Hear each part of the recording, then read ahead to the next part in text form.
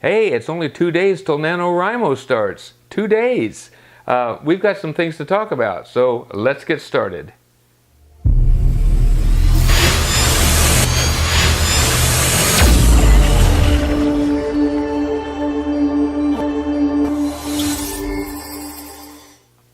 All right, if you're going to write a book, there's some things you need to know. Now, if you've written books before, you probably know a lot of these, but if you've never written a book, if this is your first book, I want to pass along some information to you that, as a writer, you need to know.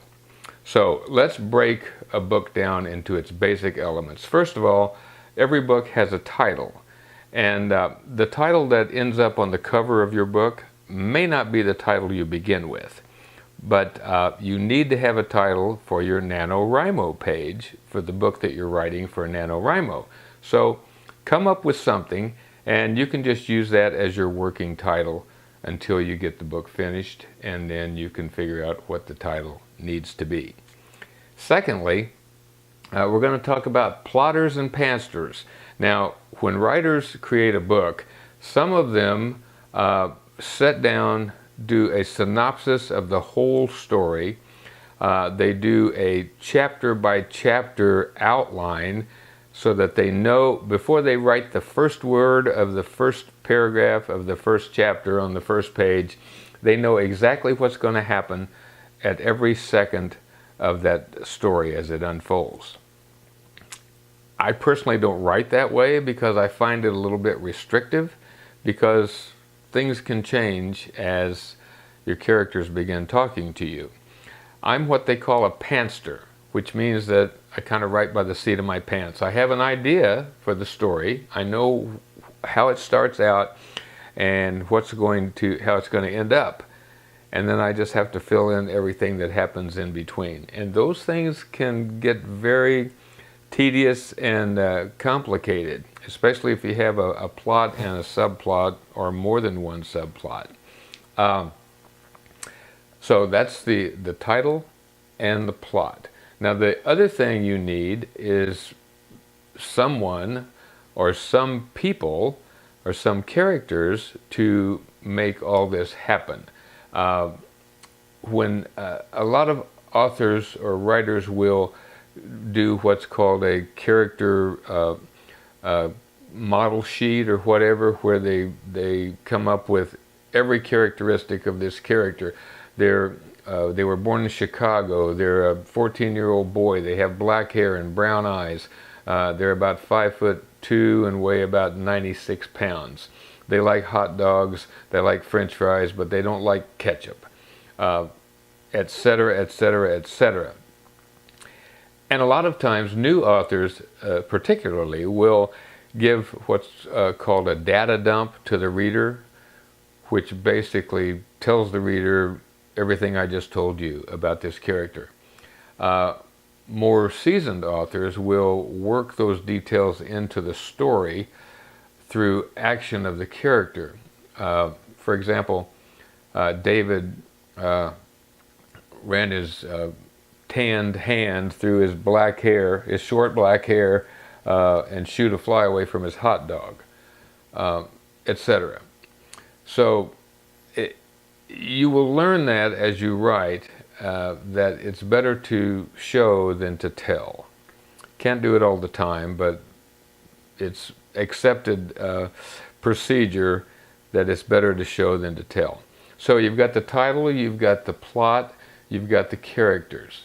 Now, the only thing you need to do from that point on is to start writing.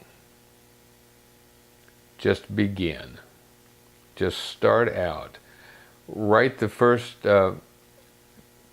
paragraph, and don't try to edit it while you go. Write it as well as you can, but don't look at word choice or repeated words or anything like that. You can pick all that up when you do the editing. Now, another thing I want to mention, when I wrote my first book, a very strange and kind of interesting event took place. I was the book was The Treasure of Morro Bay, Rosie and I had gone to California, and we drove down the coast and we came to Morro Bay, and I looked out and there was Morro Rock out there, and it gave me an idea for a story. So that was one of my first books, or maybe my first book that I wrote. And I was writing. I had my characters, Grant, April, and Matt, and they were, they had to figure out this puzzle. It was a mystery kind of book, and I'm typing along, and then at some point something very strange happened.